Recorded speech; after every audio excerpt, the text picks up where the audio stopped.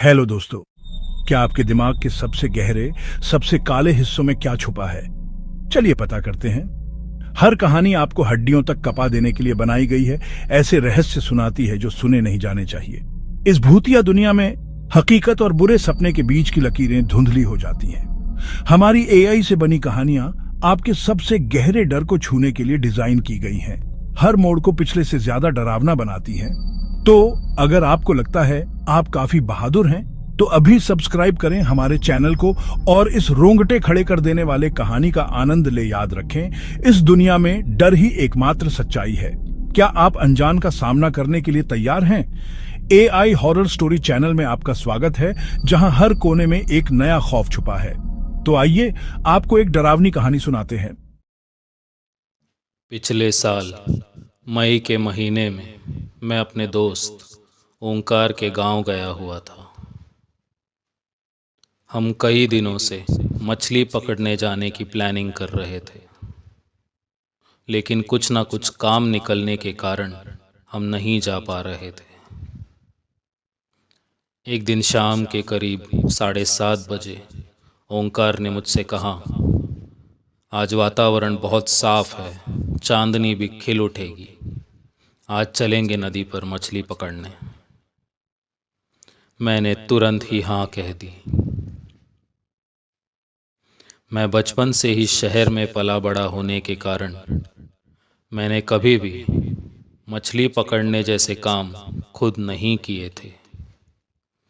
मेरा उत्साह काफ़ी बढ़ गया था।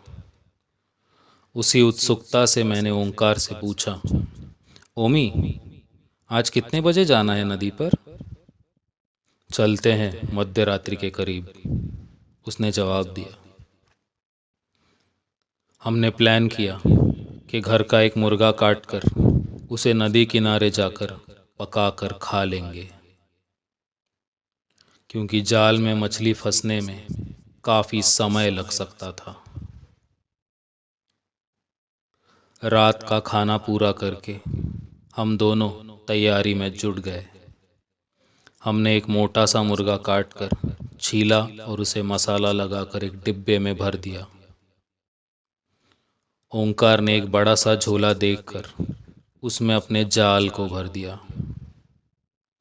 हमारी इस तैयारी को ओंकार की दादी बड़ी गौर से देख रही थी।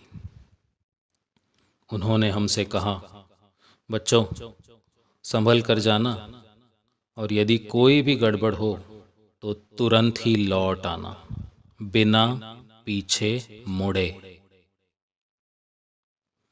ये बात सुनकर मुझे थोड़ा डर लगने लगा, लेकिन तभी ओंकार ने अपने दादी की बात को काटते हुए कहा, जी दादी जी, जल्दी लौट आएंगे।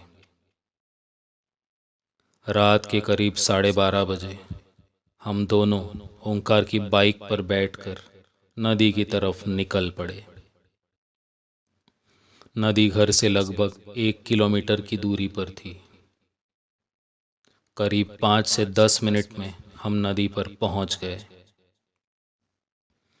मई का महीना होने के कारण नदी में पानी काफ़ी कम था और आसपास बैठने के लिए काफ़ी सूखी जगह थी।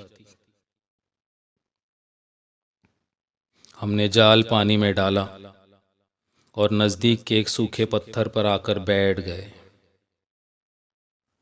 हमने आग जलाई और मुर्गा पकाने रख दिया। नदी के आसपास कोई घर नहीं था। दूर दूर तक कोई इंसान भी नहीं दिखाई दे रहा था। हल्की हल्की ठंडी हवाएं चल रही थी। हमने मुर्गा खाया और गप्पे लड़ाते हुए वहीं बैठ गए। मैंने पूछा, और कितनी देर लगेगी मछली फंसने में? उस पर ओंकार ने कहा, अरे और बहुत देर लगेगी, हम चाहे तो 1 घंटे भर के लिए सो सकते हैं। इतना कहकर ओंकार सो गया।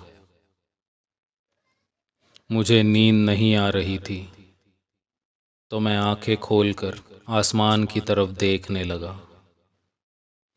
कुछ देर के बाद हमने जाल निकाल लिया। उसमें फंसी हुई ढेर सारी मछलियों को देखकर मैं खुश हो गया। हमने सारी मछलियों को एक बड़े से थैले में भरा और बाइक की तरफ जाने लगे। लेकिन तभी पीछे से एक अजीब सी आवाज़ आई। हमने पीछे मुड़कर देखा तो जैसे चौंक ही गए। एक अजीब सी चीज़ बैठकर हमने फेंकी हुई मुर्गे की हड्डियों को खा रही थी। वो था तो इंसान, लेकिन उसे किसी छिपकली की तरह लंबी पूंछ थी। ओंकार मुझे खींचने लगा, पर मैं हिल ही नहीं पा रहा था।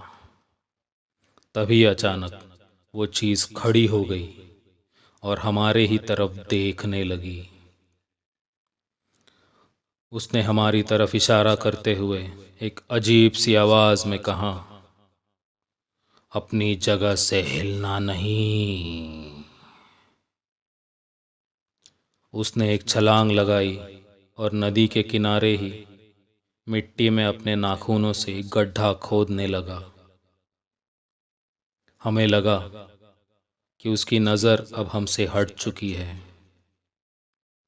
ओंकार ने तुरंत ही मुझे 4 कदम पीछे खींच लिया। मैं पूरी तरह से कांप रहा था। हमें हिलते हुए देखकर उस पिशाच ने जोरदार चीख लगाई और वो चिल्ला उठा, हिलना नहीं। इतना कहकर उसने तेजी से एक दूसरी जगह पर और 2 खड्डे खोदने शुरू कर दिए। इस बार वो बड़ी तेजी से गड्ढा खोद रहा था।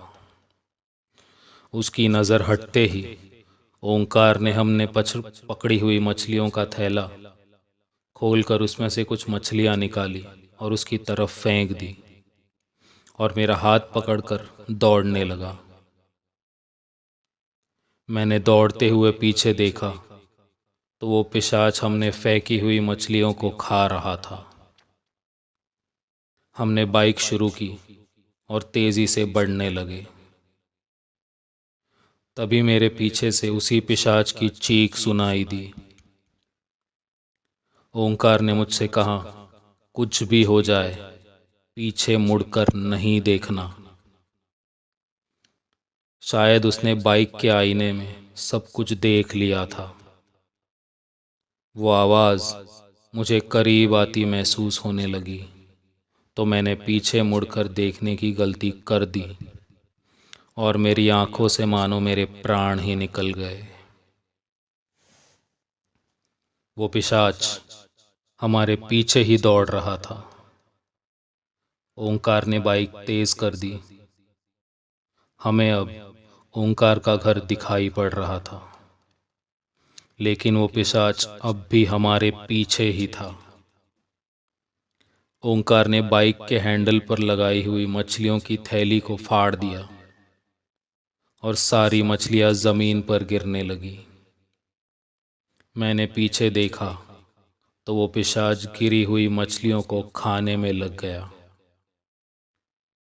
हमने घर के नज़दीक आकर बाइक वैसे ही ज़मीन पर सुला दी और तेज़ी से दौड़कर घर में घुस गए। ओंकार की दादी ने हमें डरा हुआ देखकर कहा, श्श्श, बिना आवाज़ किए सो जाओ। हम तुरंत ही बिस्तर में घुस गए और अपनी आंखें बंद कर ली। कुछ ही देर बाद हमें नींद आ गई। अगले दिन सुबह हमने दादी को सारी बीती हुई बात बताई तो उन्होंने हमसे कहा, बेटा, तुम्हारे पीछे जो चीज़ पड़ी थी उसे जल पिशाच कहते हैं। इंसान का शरीर और छिपकली जैसी लंबी पूंछ लेकर वो किसी भी पानी वाली जगह पर अपना डेरा जमाए रहता है। वो हमेशा किसी भी इंसान को उसी के आकार का गड्ढा खोदकर उसमें जिंदा ही दफन कर देता है। लेकिन अगर तुम अपनी जगह से थोड़ा भी हिले तो उसे वो गड्ढा दोबारा खोदना पड़ता है। तुमने लाए हुए मुर्गे की खुशबू से वो शायद वहां आया होगा। ये पिशाच अपने शिकार का पीछा घर तक करता है, परंतु घर के अंदर घुस नहीं पाता। दादी ने कहा, कल रात मैंने छत से देख लिया था उसे तुम्हारा पीछा करते हुए, और तुरंत ही घर का मुख्य दरवाज़ा खोल कर रख दिया।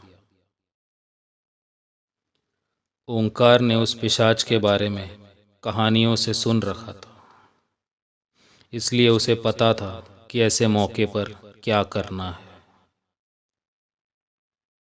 दादी के अनुभव और ओंकार की हिम्मत ने मेरी जान बचा ली थी।